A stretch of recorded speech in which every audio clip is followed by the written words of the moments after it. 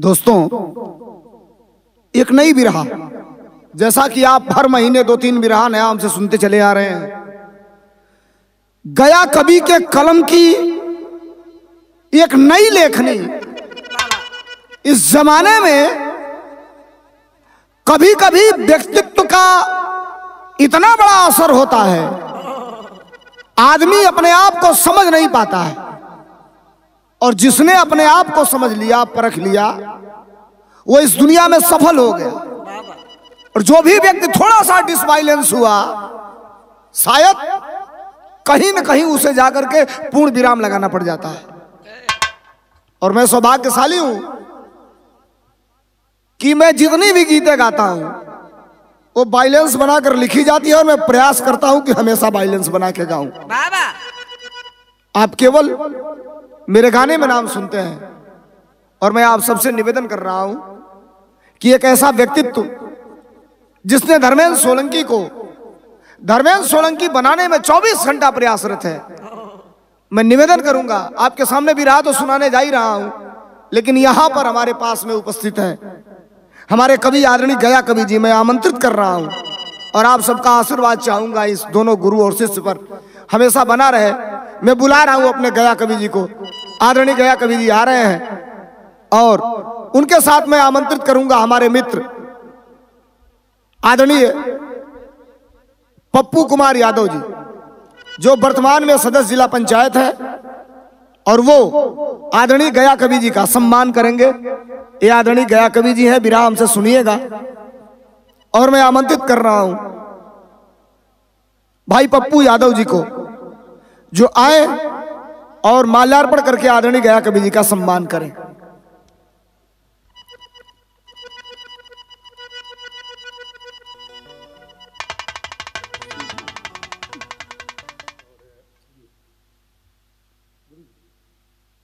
आदरणीय गया कवि जी को हमारे मित्र, संघर्षों के साथी भाई पप्पू कुमार यादव जी माल्यार्पण करके एक डायरी दे करके इन्हें सम्मानित कर रहे हैं।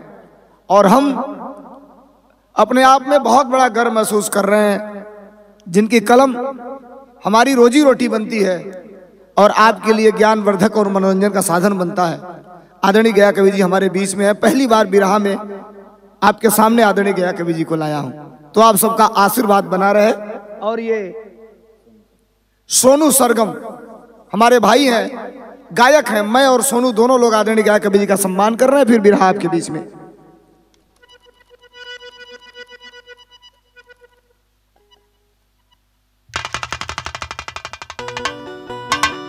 धन्यवाद आप सब बंधुओं। तो आपके बीच में एक नई बिरहा जिसमें कुछ ज्ञान की बात हो, और हमारे आज के यूथ जो पश्चिमी सभ्यता पे लट्टू होते चले जा रहे हैं, थोड़ा सा अपने इतिहास को भी आप पढ़िए, जानिए, परखिए, हो सकता है भविष्य में आपके लिए काम आएगा। बड़ी अच्छी लाइन भूमिका में गया कवि ने लिखा, क्या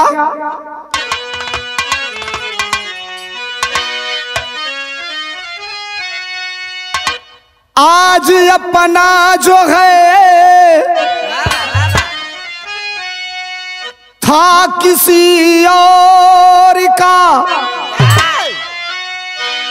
कल किसी और को दे के जाना सही। पंछी उड़ जाएगा प्यारे परलोक में,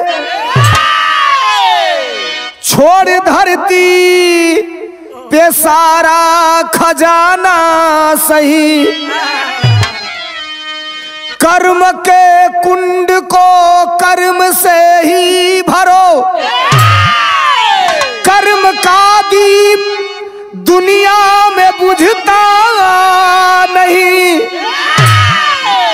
तुम हो बहुमूल्य जीवित सोलंकी, गया पार्थिव तन जमाने में बिकता नहीं।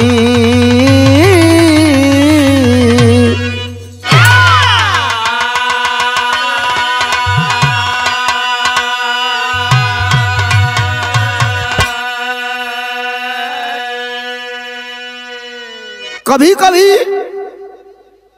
कलम 100% सही लिख देती है, और जब सही लिखा जाए तो सही को सही कहना भी जरूरी है। तुम हो बहुमूल्य जीवित सोलंकी गया। फिर मैं कह रहा हूं कि अपने आप को पहचानो। आप हो क्या? तुम हो बहुमूल्य जीवित सोलंकी गया, पार्थिव तन जमाने में बिकता नहीं। सुगना जाइए पिजड़ा छोड़ के उड़ जाइए। दुनिया के कितनो बढ़न आदमी होई, कौड़ी का भाव ओकर दाम न लगी। खूबसूरत गजल है बिरहा में। बिरहा हो कैसन सुनी लोग, जमाने का नई गजल। हम प्रयास करीला आपके हर बिरहा में एक नई नई चीज देवे के, तो एहू में प्रयास करिए हमार और गया कवि का ये दिमाग का हरकत है। मास्टर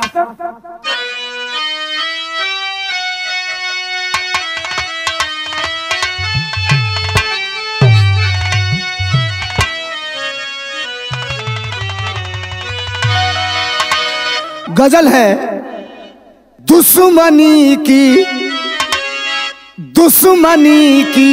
तो क्या पूछिए, क्या पूछिए,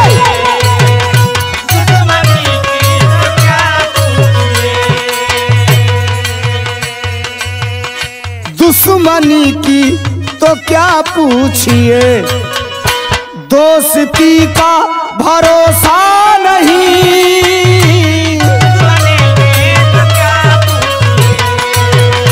दुश्मनी की तो क्या पूछिए, दोस्ती का भरोसा नहीं,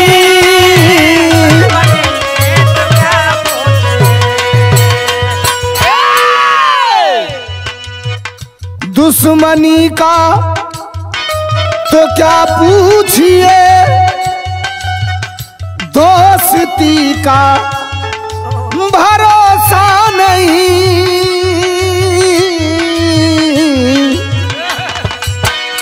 आप भी हमसे पर्दा करें, आप भी हमसे पर्दा करें, आप भी हमसे पर्दा करें, दुनिया करे तो करे, आप भी हमसे पर्दा करें, फिर किसी का भरोसा नहीं, आप भी हमसे पर्दा करें, आप भी हमसे पर्दा करें, फिर किसी का भरोसा नहीं, आप भी हमसे पर्दा करें, हो आप भी हमसे पर्दा।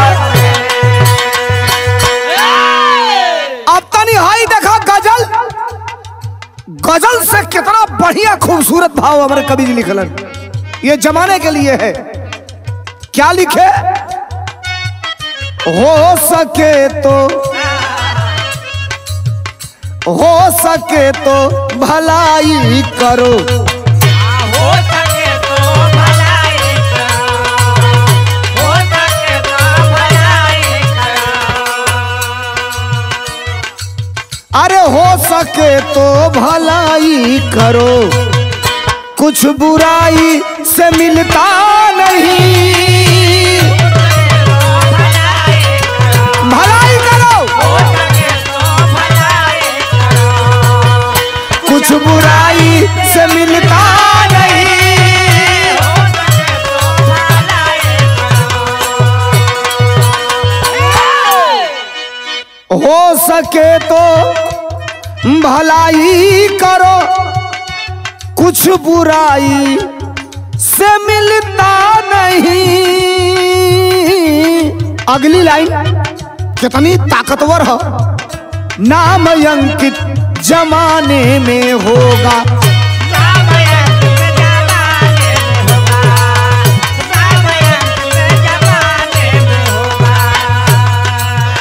नाम अंकित, हाँ नाम अंकित जमाने में होगा, फूल कागज का खिलता नहीं, नाम अंकित जमाने में होगा, नाम अंकित,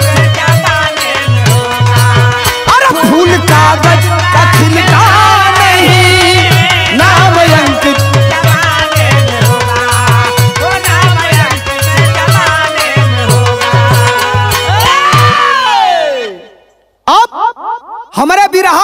शुरुआत बिरहा हो कैसन आप जानी ला।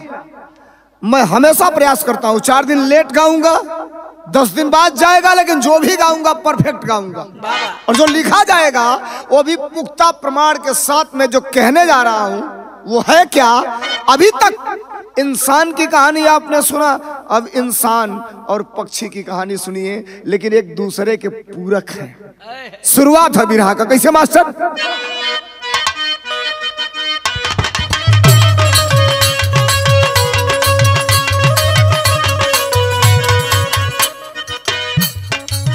ए भैया, ईमान जिंदा तो इंसान जिंदा रखता है, वरना जिंदे को जमाना मुर्दा कहता है। मानव शरीर की संरचना बड़ी न्यारी है, जिसमें सोचने समझने की किरदारी है। कहानी कहाँ का हो? उज्जैन नगरी जिसको जानता जमाना है, उज्जैन नगरी जिसको जानता जमाना है, विक्रमादित्य राजा का रहा ठिकाना है। यशस्वी भूप मंत्री से कहे चलने को, सवार घोड़े पर निकले शिकार करने को। एक जंगल में आया करते हिरण का पीछा,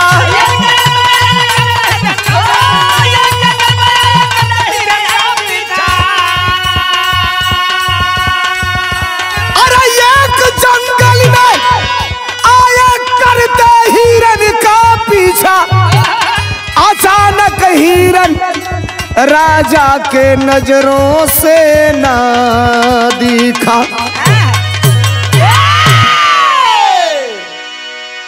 समझ लीजिए कहानी को। उज्जैन नगर के राजा जिनका नाम विक्रमाजीत, प्यार से लोग जिन्हें राजा विक्रमादित्य भी कहते हैं। एक दिन के बाद पहले का राजा महाराजा बड़ा शिकार कैले का शौकीन रहा। मंत्री को बुलाते हैं और जंगल में शिकार करने के लिए चल देते हैं। चलते चलते चलते चलते घनघोर जंगल में चले गए। एक हिरन दिखाई दिया और जब शिकार दिखाई दिया तो राजा अपने तरकस से तीर निकालकर धनुष पर चढ़ा लिए और दौड़ाना चालू कर दिए, उस शिकार का पीछा करना चालू कर दिए। अचानक जाते जाते कुछ दूर गए, सामने देखते हैं हिरन भी उनके नजरों से ओझल हो चुका था। और जब पलट के पीछे देखते हैं तो इनके साथ जो मंत्री, जो फौज थी, वो भी दिखाई नहीं दे रही थी, गायब हो चुकी थी। अब राजा पछता रहे, एक तरफ शिकार गायब, एक तरफ पीछे जो उनके सारथी के रूप में थे वो भी गायब। बिरहा में तरज लगल, बड़ा खूबसूरत तरज है, आज के मार्केट का तरज है। आ तरज रोज नई नई आवत बा, लेकिन लिखे वाले का कबो कबो बढ़िया कारीगरी, लोग दिमाग कहां से कहां लगा देला। तनिए तरज के सुनिया लो कैसे मास्टर।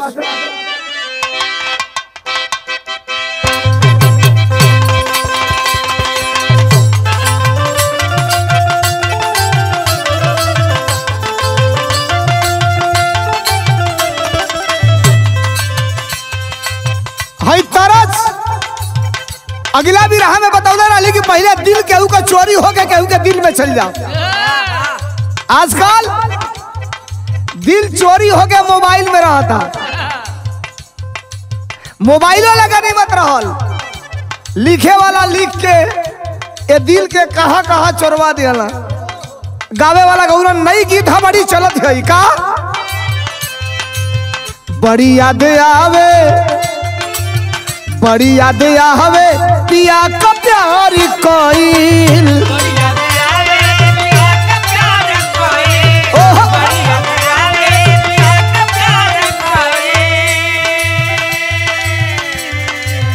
रतिया तरतिया, रतिया तरतिया पहाड़ दिन भइल।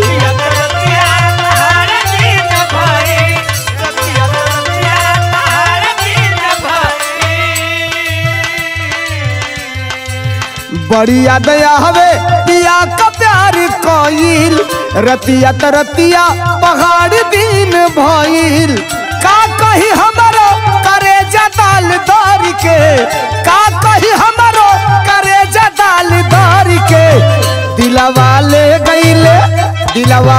गईले राजा बोतल में भरी के।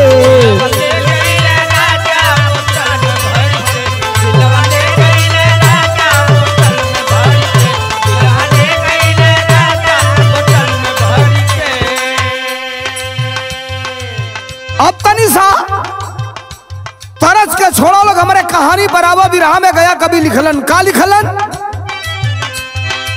छूटल जब की राजा के हाथ से सिकरवा,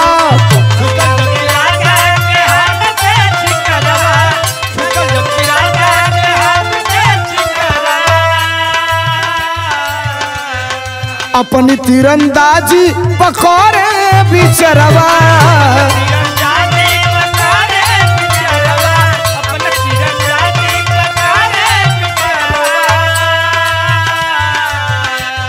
छूटल जब की राजा के हाथ से सिकरवा, अपनी तीरंदाजी पकड़े बिचरवा। अरे खाली हाथ जाइब कैसे अपना नगर के, खाली हाथ जाइब कैसे अपना नगर के। ऐसे सोच रहे राजा चिंता में पड़ के। जिया बहादुर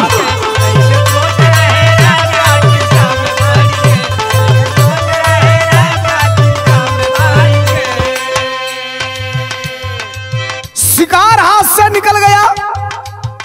राजा को अपने कौशल पे, अपने वीरता पे, अपने कैपेसिटी, अपने क्षमता पे पछतावा हो रहा है। लेकिन तब तक हुआ क्या, सुंदर नगर तवले देखे समहनवा।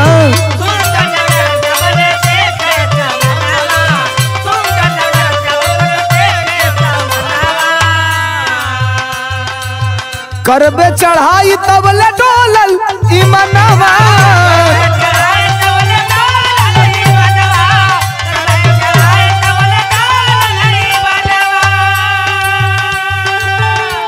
अरे तबले एक कौआ भागा मुंह पे गंदा करके, अरे तबले एक कौआ भागा मुंह पे गंदा करके। ऐसे सोच रहे राजा चिंता में पड़ के।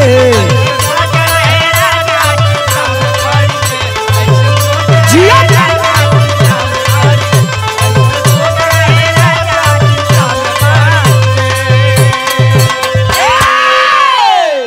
अब राजा विक्रमादित्य चिंतित है, कुछ समझ में नहीं आ रहा है उनको। तब तक राजा विक्रमादित्य को एक बहुत सुंदर सामने महल दिखाई दे रहा है। लग रहा है वो महल नहीं है, केवल वो नगर भी है। हम नीचे से दिखाई नहीं दे रहा था। राजा विक्रमादित्य एक पेड़ पे चढ़ गए, सबसे ऊपर चले गए। जो बड़ा पेड़ था देख करके उसी में चढ़े, ऊपर जाकर के बैठ गए। और बैठ के जब ऊपर से उस नगर को देख रहे हैं, इतना सुंदर नगर, राजा ने सोचा कि आज तक मेरे नजरों से ये बच कैसे गया, ये नगर ओझल क्यों रहा। मन ही मन अब सोच रहे हैं, अकेले अक्सर आदमी रहता है तो कुछ मुंह से बड़बड़ाना चालू कर देता है। ये प्रकृति का, ये कुदरत का ये देन है। अक्सर आप देखिएगा अकेले आदमी रहेगा तो कुछ न कुछ अपने आप मुंह से बोलता रहेगा।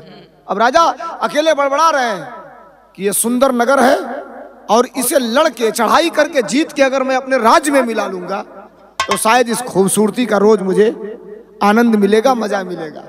और तब तक राजा का बतिया राजा से कई फीट ऊपर वही डाल पर बैठल एक कौआ सुन रहा था।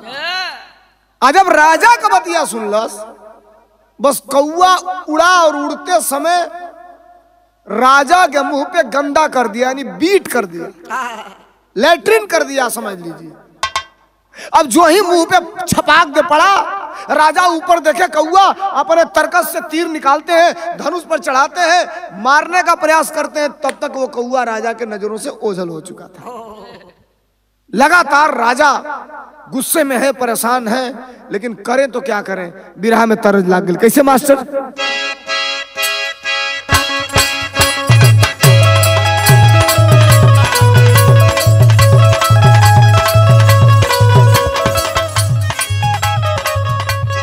अब हई देखो मरद मेहरारू में जब बिगड़ जाला ये भैया तो दुनिया का करो ऐसा पंच नहीं खे कि जनो पंचायत के फरियाद है।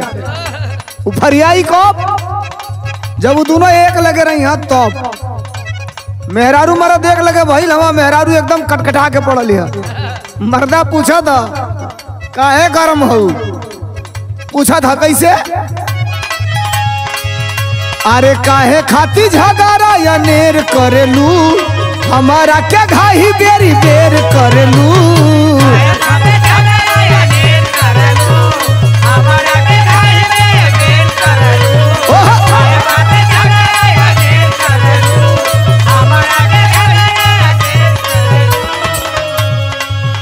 अरे काहे खाती झगारा या नेर करेलू, हमारा क्या घाही बेरी बेर करेलू।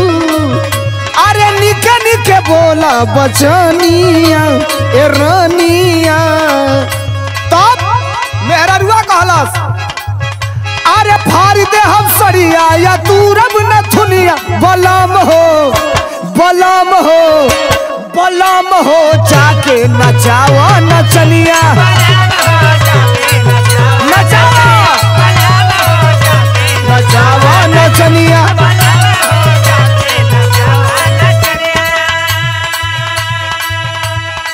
अब हाई सुनल जाओ, राजा बड़ा व्याकुल हमा, राजा के मन में बड़ी तेज घन चक्कर चला था कि हो का गई हमारे साथे। लिखल गई का वापस नगरिया में आई गईले, आदेश राजा जी सुनाई गईले।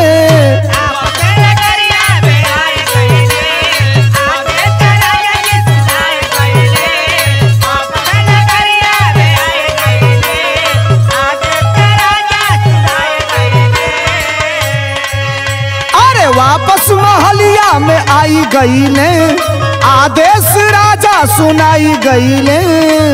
जल्दी मंत्री बुलावो बहेलिया लेके जालिया। अरे हो तो सवेरे हो सुन के ढिढोरा बहेलिया हो आई गईले महलिया। बहेलिया हो आई गईले महलिया।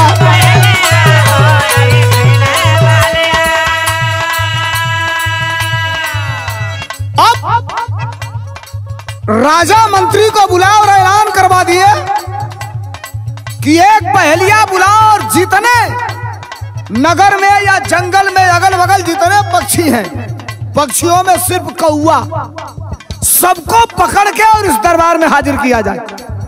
इतनी बड़ी गुस्ताखी हमारे साथ हुई ये कतई मैं क्षमा नहीं कर सकता। अब राजा जी के आदेश का पालन हुआ, बहेलिया दरबार में आया और बहेलिया कई बहेलिया है जो निकल लिया और निकल करके किए क्या,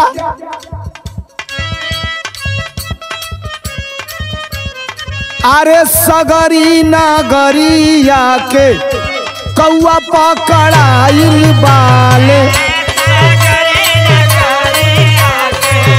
पूरे नगर के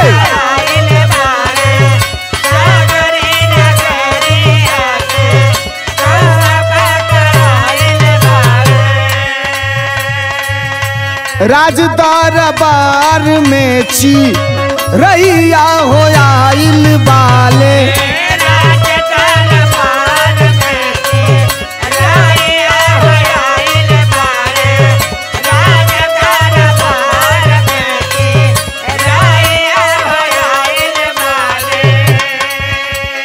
राजा जी हो क्रोधावा से लाल भइले, कौन किया गंदा सवाल कइले।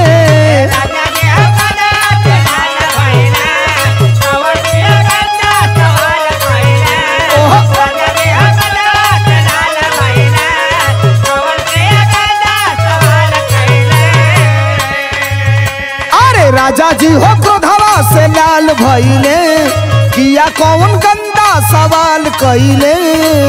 नाम उसका बताओ कौन छालिया लेके जालिया। अरे होते सवेरे हो सुन के ढिढोरा बहेलिया हो बहेलिया हो बहेलिया हो लेके आ गई ले जलिया।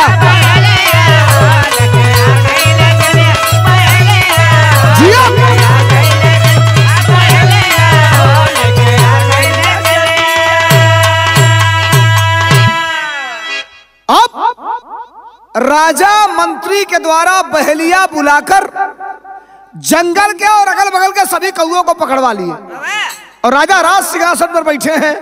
अभी देखा, पहले के राजा में आज के राजा में अंतर है। ये लोकतंत्र है और उस समय राजतंत्र था, लेकिन राजतंत्र में भी न्याय होता था। और आज के लोकतंत्र में लोकतंत्र का ही गला घोंटा जा रहा है। जरा सुनिए एक राजतंत्र का फरमान और आज के लोकतंत्र को फरमान का भी अंतर मिलाइएगा। राजा के सामने सभी कौए हैं और राजा कड़कती आवाज में कहे कि मैं आपको बुलाया इसलिए हूं, कल हमारे मुंह पे बीट यानी गंदा करके एक कौआ भागा था, तो सभी कौए यहां पर एकत्रित हैं। किसने मेरे मुंह पे गंदा किया ये साफ साफ बता दीजिए। अगर कोई इसमें हो तो अपना नाम पता बता दे। अगर नहीं बताएंगे तो उसके एवज में सारे कौए मारे जाएंगे, एक एक कौए की जान जाएगी। अब है ना, देखो लोग कहेला कि माजा मारे गाजी मिया मार खा डफाली, देहात में लोग खिस्सा कहेला। अब गलती किसने किया, सारे कौओं की जान जाने वाली है। सब लोग घबरा गए, बिरहा में टेरी लगल। बड़ी बढ़िया बात कवि जी लिखलन का,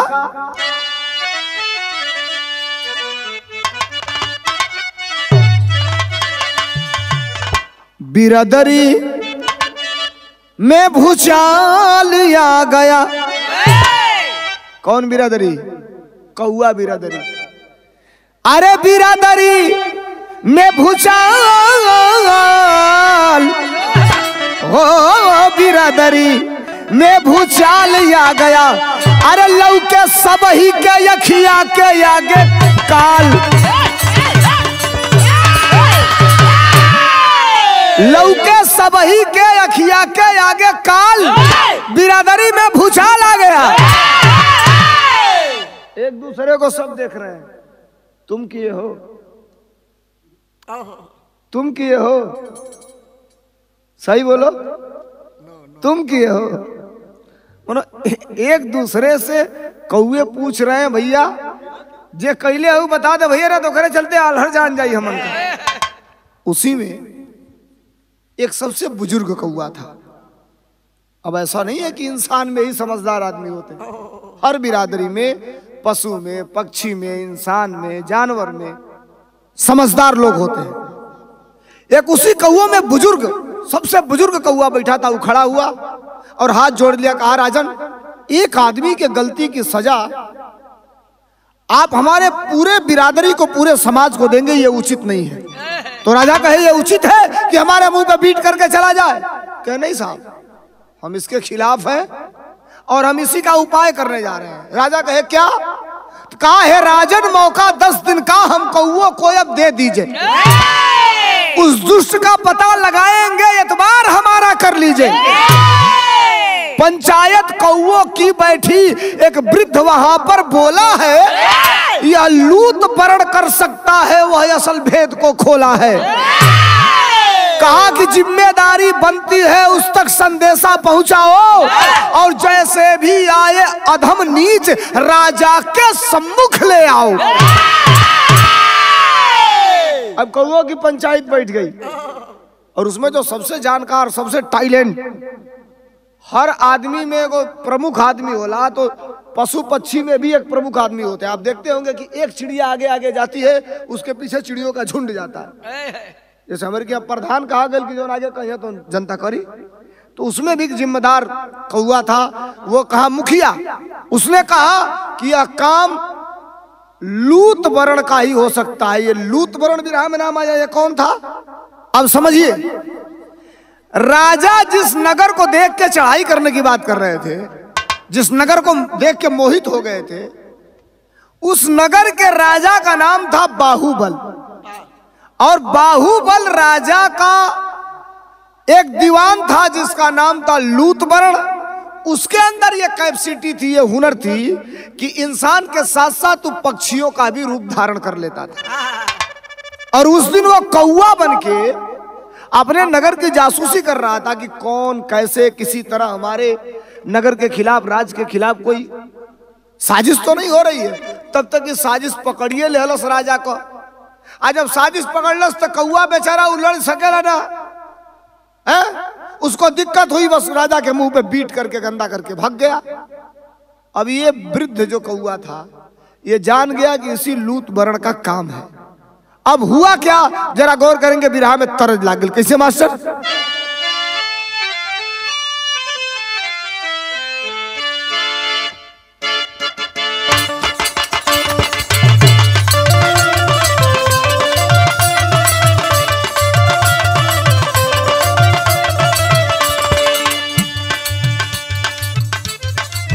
तरज पहले माई बहन लोग घर से अगर लड़का बाहर जा सा बाजार करे, चाहे हितई न तई, तो कजरौटा में से यही तीसरी चौथी नंबर की अंगूरी से बोर के काजर भर के एजा लगा दस, चाहे अखिए में लगाओ से भभरावा काजर कहल जाए, मोटका काजर। इतनी घड़ी माई लगावे के बकिए भी है। नौकी माई लोग काजर लगावता लोग मरद जब बाहर जाता था। अब मर्द बाजारियो जाता तो पहले शर्ट फिटेक देता कि हम जात कहाँ वाले। मर्द मेहरारू के बीच का बात है का ए जान जाता नी हम मार्केटिंग करे,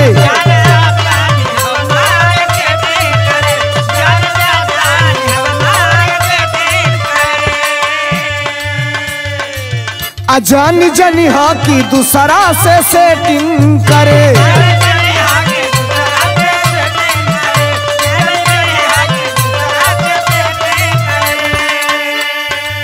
ए जान जाता नी हम मार्केटिंग करे, जान जनी हा की दूसरा से सेटिंग करे।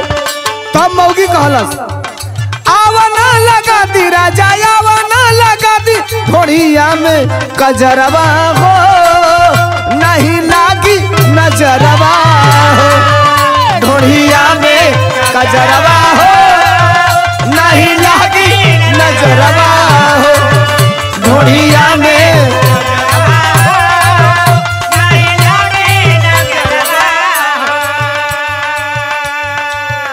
अब सारे कौए जितने हैं राजा से मोहल्लत ले लिए, टाइम ले लिए, और जो बुजुर्ग कौआ था, जो जिम्मेदार, जो मुखिया था, वो सभी कौओं को लेकर के पहुंचा लूत वर्ण के पास, मतलब बाहुबल राजा के दीवान के पास। वो जब बाहुबल राजा का दीवान लूत वर्ण देखा, कहा कैसे आना हुआ? कहे आना पूछ रहे हो?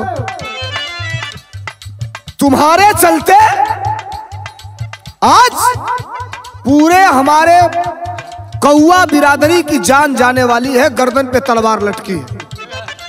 लूत वर्ण कहा कैसे? ये मुखिया कौओं का बता रहा है। क्या बता रहा है? तोरे कारण बेगाना बिरादरी मरी,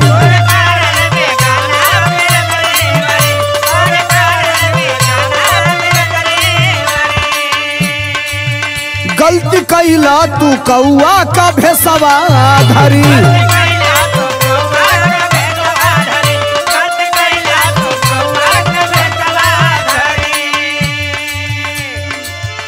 तोरे कारण बेगाना बिरादरी मरी, गलती कैला तू कौआ के भेसवा धरी। जल्दी चलाना तो राजा, जल्दी चलाना तो राजा, कैले बाले आयला नवा हो, लिहे हमनी के जनवा हो, कैले बाले आयला नवा हो, लिहे हमनी के जनवा हो, कैले बाले।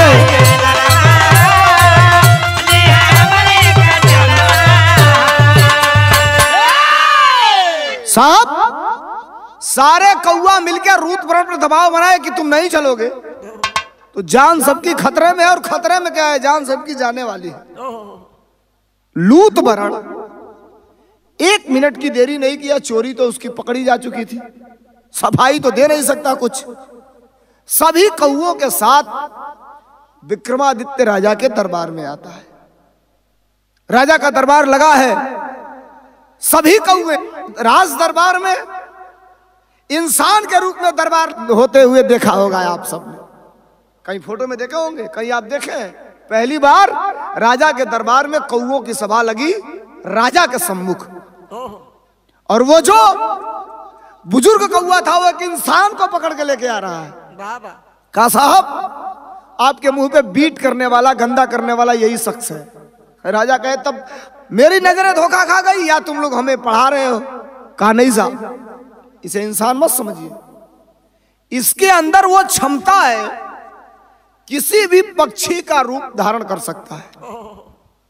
और लूतबरण, अब आप जरा बताइए, जिसके सामने वजीर बैठा है, वजीर मीन्स राजा, और जिसको ये आभास हो कि मैंने गलती किया है, वो क्षम्य नहीं है, अगर गलती स्वीकार कर लेता हूं तो राजा मुझे सजाए मौत भी दे सकता है।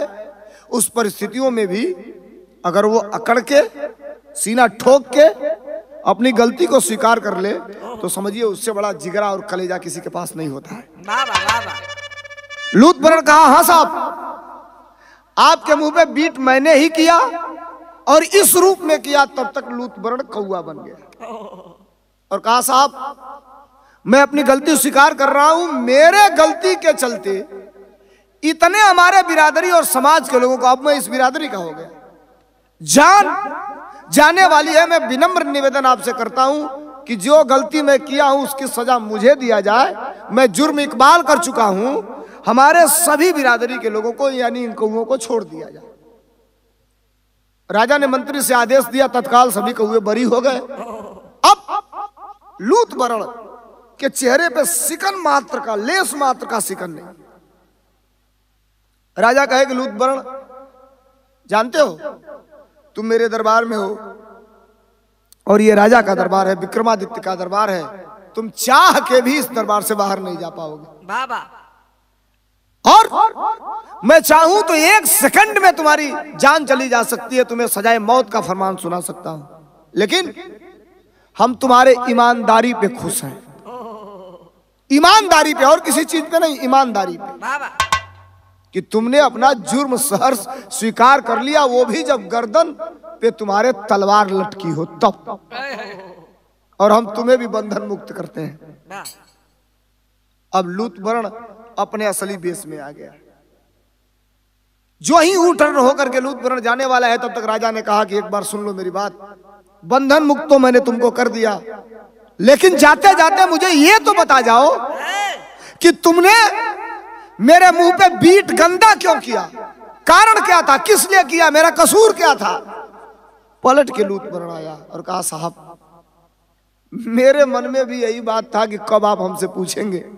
अगर मैं आपको नहीं बताऊंगा, ईमानदारी से जुर्म तो हमने स्वीकार कर लिया, नहीं बताऊंगा तो आजीवन आपके दिमाग में यह बात कौंधेगी कि हमने जिसको माफ किया उसने मेरे साथ गलत किया। तो हम एहसान लेकर आपका नहीं जाएंगे, और आपके सवालों का जवाब भी मैं देने जा रहा हूं। सुनिए मैंने क्यों आपके मुंह पे बीट किया। तरज बिरहा में लगल कैसे मास्टर?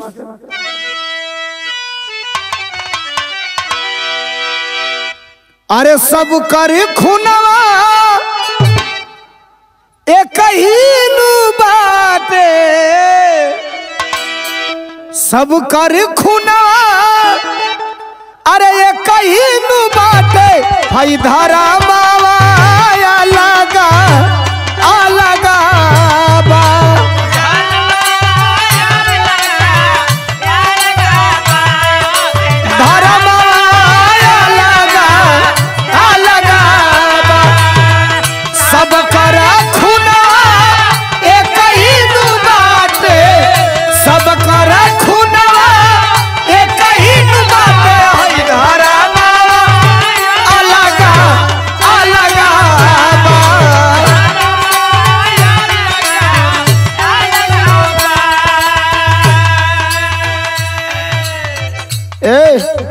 राजा साहब आपने कहा कि मेरे ऊपर बीट हमने क्यों किया, सुनिए मैं कहने क्या जा रहा हूं, जरा ध्यान से सुनिएगा। लूतबरण नाम के कौए ने कहा, वो कौआ नहीं है, वो दीवान है, वो भी बाहुबल राजा का, और इस राजा से सुंदर महल का राजा है। सगरी जमीनिया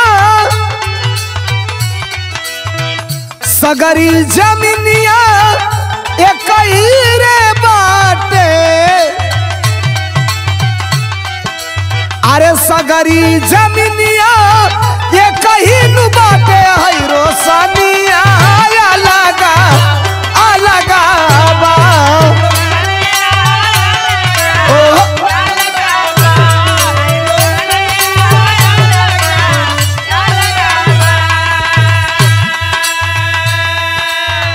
इतने ना एक लाइन और कलश ए राजा सगरी जीवनिया अरे सगरी जीवनिया एक ही रे बाटे अरे सब कर जिंदगिया एक ही रे बाटे है कहानिया अलग अलग बा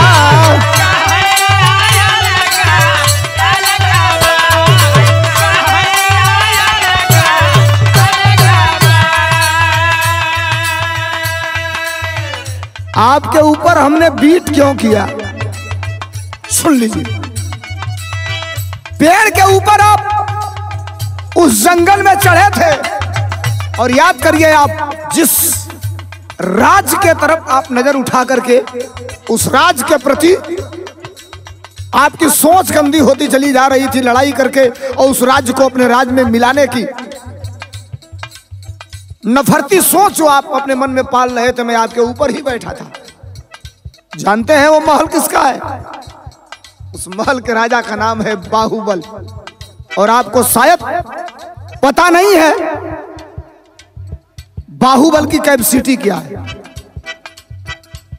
वो तो शुक्र मनाइए कि बाहुबल राजा को यह पता नहीं है कि आपके पिताजी धर्मसेन राजा स्वर्गवासी हो चुके हैं, नहीं तो आप क्या उस राज को मिलाते। बाहुबल स्वयं इतनी क्षमतावान है कि आपके राज पर चढ़ाई करके आपको और संपूर्ण आपके राज को अपने आप में समाहित कर लेता। आपको पता नहीं है? ऐसे राजा के ऊपर आप गंदी मानसिकता पाल रहे थे। तीनों लोकवा में बाटे बाहुबल के मान हो, दिहले सिंहासन खुदे इंद्र भगवान हो।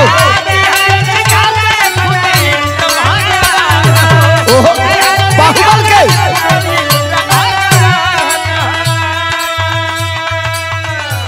आपका सिंहासन लकड़ी का हो सकता है, आपका सिंहासन पत्थर का हो सकता है, आपका सिंहासन सोना का हो सकता है, लेकिन बाहुबल राजा का सिंहासन साक्षात स्वयं इंद्र भगवान ने जिसको अपना सिंहासन दिया हो उस राजा की क्षमता आप आकेंगे। तीनों लोकवा में बाटे बाहुबल के मान हो, दिहले सिंहासन खुद इंद्र भगवान हो। चाँदयो चदनिया एक ही नु बाटे, चाँदयो चदनिया एक ही नु बाटे, राजधानिया अलग अलग बा।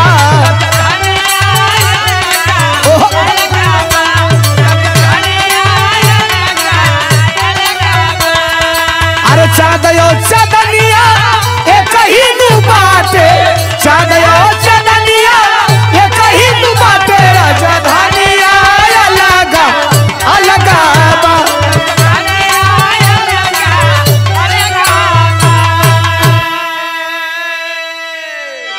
लूत वरण उस विक्रमादित्य राजा से कहता है, साहब आपके मुंह पे बीट करने का कारण, जिस पेड़ पर बैठकर और जिस महल के तरफ नजरें टिकाकर जिस राज्य के तरफ आप उस महल के खिलाफ गंदी सोच रखकर उसे अपने आप में कब्जा करने के बारे में सोच रहे थे, मैं उस महल का, मैं उस राज्य का दीवान हूं। और मेरे सामने मेरे कानों में जो शब्द सुनाई दे दिया वो मेरे राज्य के खिलाफ था, साजिश थी। अब आप बताइए, मेरे ही राज्य के खिलाफ आप साजिश रच रहे हैं, वो भी मेरे नजरों के सामने रच रहे हैं और मैं अपने कानों से सुन लिया, तो मैंने तो बीट किया, मुझे तो आपको चोंच मारना चाहिए था। मैंने बीट किया, मैंने गंदा किया, आपको बुरा लगा, आपने पकड़वा के मुझे बुलवाया, मैं आपके सामने हाजिर हूं, मैं आपका मुजरिम हूं, लेकिन उससे कहीं ज्यादा बड़े मुजरिम आप हैं। और एक बात मैं आपको समझा रहा हूं राजा, भूल कर कभी उस बाहुबल राजा के राज्य को लड़ाई लड़के और अपने पौरुष के बल पर जीतने की कोशिश मत करना, ये तुम्हारे बस के बाहर की बात है। बता रहा है लूत विराम में पहपट लगल। कैसे मास्टर?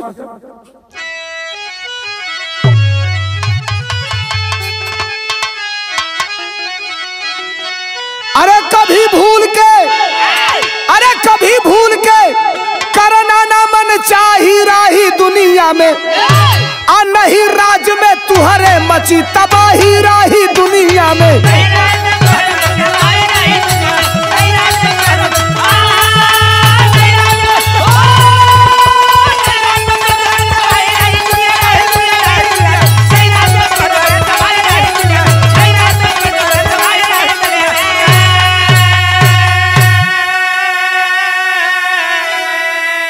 अरे लूट बरण की बतिया पर हर राजा गौर बैठाए हो, राज तिलक करने विक्रम अरे बाहुबल का आए हो, किया प्रणाम राजा को शीश झुकाई राही दुनिया में, अरे जैसा किया था राजदूत आगाही राही दुनिया में।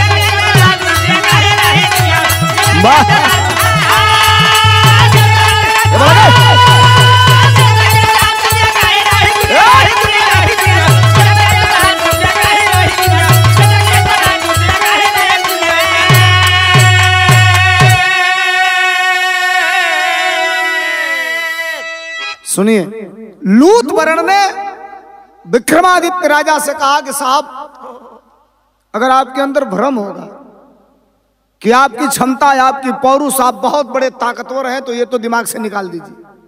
हाँ, अगर आपको वो राज्य चाहिए, आपके दिमाग में वो आ ही गया, लीजिए मैं इसको भी बता दे रहा हूं, तो आपको शायद नहीं पता बाहुबल राजा इतने बड़े दानी हैं, इतना बड़ा जिगर वाला राजा है, इतना मतलब प्रेम और भाव उस राजा के अंदर है, प्रेम से, मोहब्बत से, प्यार से आप उस राज्य को पा सकते हैं। अब तो थोड़ी सी उत्सुकता बढ़ी राजा विक्रमादित्य की, कहे वो कैसे, तो कहे चलो मेरे साथ अतिथि बन करके रहिएगा। रहने के साथ अब आपके ऊपर डिपेंड है कि आदमी जब किसी के दरवाजे पर रुकता है, किसी के घर जाता है, तो उसका बिहेव कैसा होता है सामने वाले के साथ। कोई कोई आदमी एक दिन में ही किसी आदमी के बीच में रहता है तो उसको मिला जुला के एकदम घुल मिल जाता है, भाईचारे का संबंध इतना बड़ा हो जाता है कि खून के रिश्ते से भी बड़ा हो जाता है। अब लूत वरण को साथ लेके राजा विक्रमादित्य बाहुबल के दरबार में आ गए और लूत वरण परिचय करवाया कि ये राजा विक्रमादित्य हैं। बड़ा खुश हुए बाहुबल, सम्मान किए, इसलिए कि बाहुबल राजा विक्रमादित्य के पिताजी का भी बहुत बड़ा भक्त था, सम्मान करता था। अब धीरे धीरे धीरे एक दिन बीता, 2 दिन बीता, 4 दिन बीता, सेवा सत्कार में राजा विक्रमादित्य के कोई कमी नहीं है। नौकर चाकर दासी राजा के जितने भी लोग हैं, स्टाफ के लोग हैं, सब लोग लगे हुए हैं कि कोई सेवा सत्कार में कभी न रह जाए। समय कुछ दिन बीत गई, विक्रमादित्य के रहत रहत बिरहा में आल्हा लग गई। कैसे मास्टर?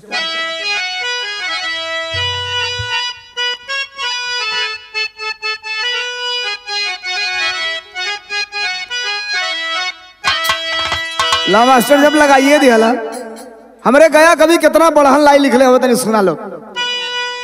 अरे ये तिथि से बड़ा ना कोई ए भैया देव दुनिया में, अरे सबसे बड़ा पूजा होले अतिथि सत्ता का।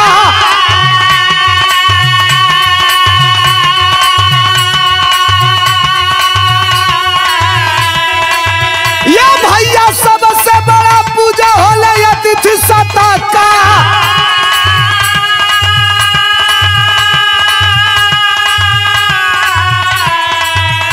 अरे के बन के मेहमान राजा कई दिन बीतवाले,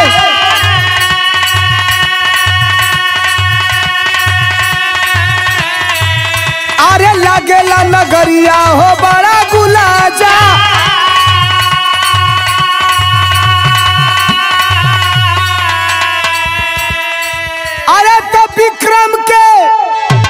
विक्रम के खुशी का ठिकाना नहीं भइले, अरे धनी धनी राजा धन नगरिया तोहार बाबू।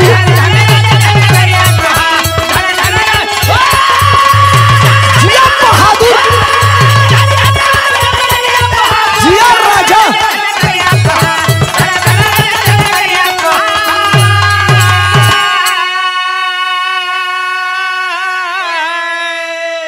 अब कुछ दिन व्यतीत हो गया, राजा विक्रमादित्य को बाहुबल राजा के दरबार में रहते रहते बाबा एक दिन लूत वरण दीवान से राजा विक्रमादित्य कहते हैं कि अब ज्यादा दिन हो गया, मुझे चलना चाहिए। लूत वरण ने कहा, साहब हमारी इतनी क्षमता और इतनी हैसियत नहीं है कि आप राजा हैं और वो भी एक राजा के अतिथि हैं और मैं आपको जाने को इजाजत दे दूं।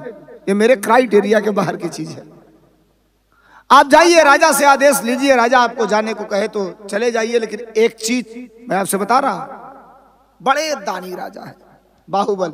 अगर जिस राज पे आपकी नजर टेढ़ी हुई थी उस राज में कुछ नहीं है, राज के सिंहासन में ही सब चीज समाहित है।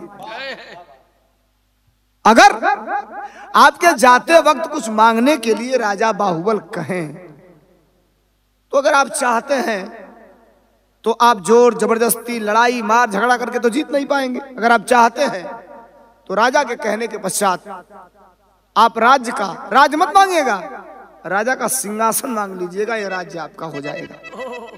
और ऐसा मैं क्यों कह रहा हूं जानते हैं? आपको नहीं पता है, मैं आपका सगा भाई हूं। आपके और हमारे पिता एक ही हैं। ये बात अलग है कि मैं यहाँ का दीवान हूं, पक्षी का भी भेष बना लेता हूं, कौवा के रूप में भी आपके मुंह पे बीट किया। आप बताओ, मैं नमक जिस राज्य का खाता हूं उस राज्य के बारे में आप गलत सोचेंगे तो बताओ हमें गलत लगेगा कि नहीं लगेगा? अब छोड़िए इस बात को, आप राजा के सामने जाइए। राजा अगर आपसे कुछ कहेंगे मांगने के लिए तो राजा का सिंहासन मांग लीजिएगा, आपकी हसरत पूरी होगी। अब विक्रमादित्य राजा सामने हैं, उस राज्य के राजा बाहुबल के सामने, और कहे, साहब अब मैं इस राज्य से अपने राज्य को जाना चाहता हूं।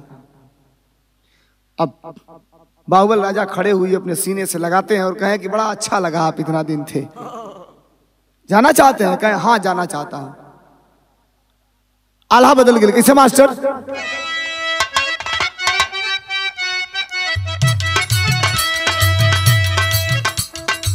कैदा विदाई जाइब अपने वतनावा, कौनो जन्म में उतरी कर जा तो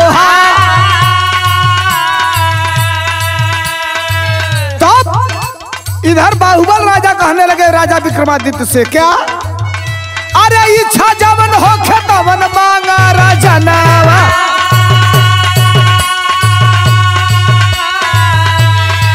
हाजिर विदैया में राज दरबार,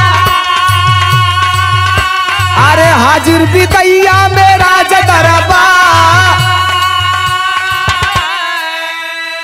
अरे वचन बना के राजा बोले ते ही छनवा, अपन सिंहासन हमके दे दा सरकार। बोला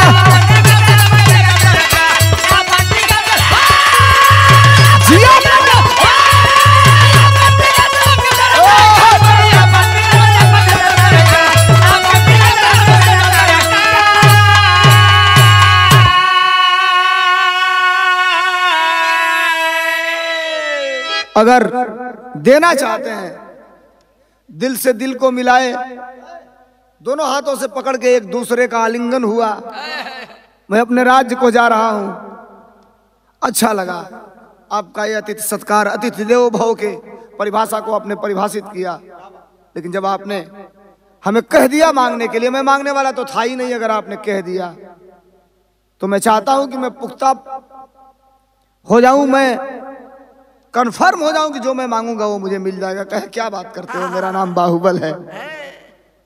और शायद आपको नहीं पता होगा, जिस कुर्सी पर जिस गद्दी पर मैं हूं उस गद्दी पर बैठकर मैं कभी झूठ नहीं बोल सकता। आप मांगिए, जान हाजिर है, जहान हाजिर है, ये दरबार हाजिर है आपके लिए। चाहिए क्या? कहना साहब अगर देवे के बाद तो ये जो आपका सिंहासन है, ये सिंहासन ही हमको दे दीजिए, मेरे आंखों में, मेरे हृदय में बस गया है। विक्रमादित्य नाम तो छोटा है लेकिन सारा चीज उसी में समाहित है। जब तुमने सिंहासन मांग लिया तो समझो मेरा राज्य मांग लिया, और तुमने मांग लिया तो हमने दे दिया। अब राजा बाहुबल ने विक्रमादित्य को अपना राज्य दे दिया, लेकिन अब तने हाई सोचा आज के जमाने में संभव है ऐसा? नहीं है संभव। कितना बड़ा उदार हृदय होगा और कितना बड़ा कलेजा होगा और कितना बड़ा नजीर बाहुबल ने स्थापित किया। विरह के खड़ी में गया कभी बहुत बड़ी बात लिख दिया ना, का लिखला?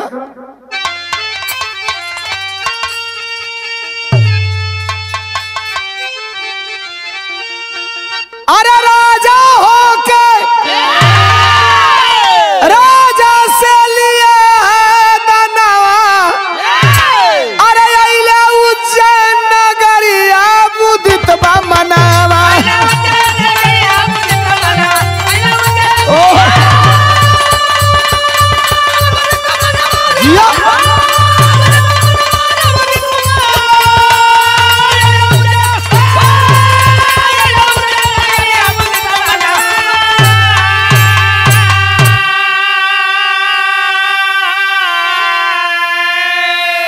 उस राज्य को लेने के बाद अपने राज्य में मिलाए और जब उस सिंहासन पर बैठे, उस सिंहासन का ये खूबी थी साहब, जो भी उस राज सिंहासन पर बैठा उसकी यश कृति और जस दिनों पर दिन बढ़ता गया। शायद हमारे गया कवि बताते हैं कि शायद अगर विक्रमादित्य राजा उस राज सिंहासन पर नहीं बैठे होते तो दुनिया में इतना शोहरत, इतना सम्मान और इतना नामचीन राजाओं की श्रेणी में शुमार नहीं होते।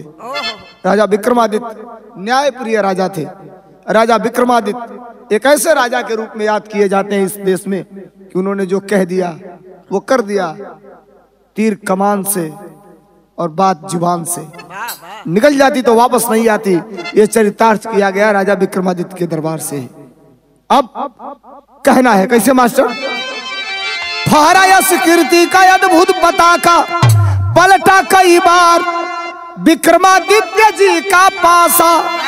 अरे झुका न दिहले जीते जी राजा के सनावा, आइले उज्जैन नगरिया मुदित बा मनावा।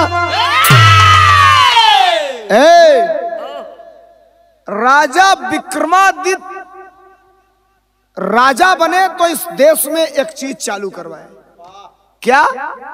विक्रम संवत चालू विद्वानों से कराए, ज्योतिष गणित से राजा यति हर्षाए।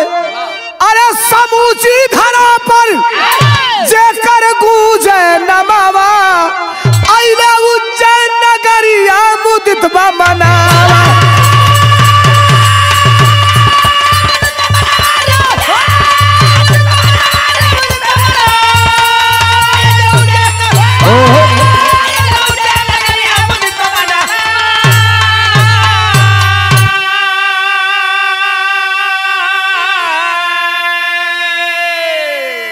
पंचांग जो देखा जाता है और जिसे शुद्ध भारत का डेट तारीख जिससे निकाला जाता है, विक्रम संवत जो कहा जाता है, वो विक्रम संवत राजा विक्रमादित्य के द्वारा ही जारी कराया गया है। खैर अब तो देश में बदले का प्रथा चल गई बा। कई लोग कहता कि गांधी जी का फोटो हटावा नोटी पर से। बीचवा में कई लोग सुनाई ला, एगो पार्टी का नेता लोग रहा, देश वाली पार्टिया का नेता लोग का बदलाई, कई जगह का नाम बदला गई। बदलाव तौले तो ठीक बा, बिकाता ये ठीक नहीं खे। हीरा भैया ढोलक बजावत बजावत कहे तू बिका जीवा कई हजार रुपया की कर्जा में वाला विदेश के। अब देखिए बेचते बेचते आज तक इतिहास में कभी ऐसा नहीं हुआ कि भारत का तिरंगा झंडा भी बेचा गया हो 10 रुपया 20 रुपया 50 रुपया। ये देश है, साहब चला रहे हैं। हमने बताया था आपको ना, एक चीन, एक जापान और एक इंडिया के 3 लोग बैठे थे। चीन वाले ने कहा कि मैं डॉक्टर हूं और मैंने ऑपरेशन करके एक आदमी का किडनी चेंज कर दिया। वो 2 घंटा में उठ के बैठ गया चेंज करने के बाद और उठ के काम धंधा ढूंढना चालू कर दिया। जापान वाला कहा कि ये हल्की बात है, मैं भी डॉक्टर हूं, मैं तो एक आदमी का ऑपरेशन करके लीवर चेंज कर दिया और जो लीवर चेंज करके मैं टाका लगाया 1.5 घंटा के बाद उठ के बैठ गया और वो भी काम धंधा ढूंढना चालू कर दिया। अब इंडिया वाला कहा कि ये दोनों बहुत फेंक रहे हैं। तो कहा सुनो, तुमने किडनी चेंज किया 2 घंटा में काम धंधा ढूंढना चालू किया। तुमने लीवर चेंज किया तो वो 1.5 घंटा में काम धंधा ढूंढना चालू किया। हम लोगों ने इंडिया में केवल 1 आदमी चेंज किया। समझ रहे हैं आप लोग? हम लोगों ने इंडिया में केवल 1 आदमी चेंज किया, आज पूरा इंडिया काम धंधा ढूंढना चालू कर दिया। भगवान मालिक बना है देश का। बिरहा खत्म भइल, अंतिम लाइन के बाद कैसे? गुरु बिहारी गुरु गणेश गुरु रामलाल मोर बाका, स्वर्ग बसे चंद्रिका कवि बच्चन का विजय पताका, बिरादरी में भूचाल आ गया। अरे सोलंकी गया कभी बिरहा में किए कमाल, बिरादरी में भूचाल आ गया। अरे बिरादरी में भूचाल आ गया।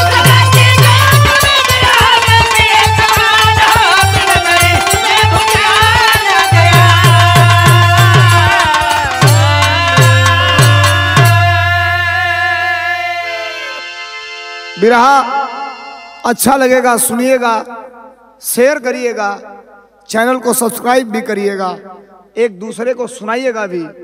ये ज्ञानप्रद बातें हैं जो हम गाते हैं, हमारे कवि लिखते हैं। बहुत धन्यवाद।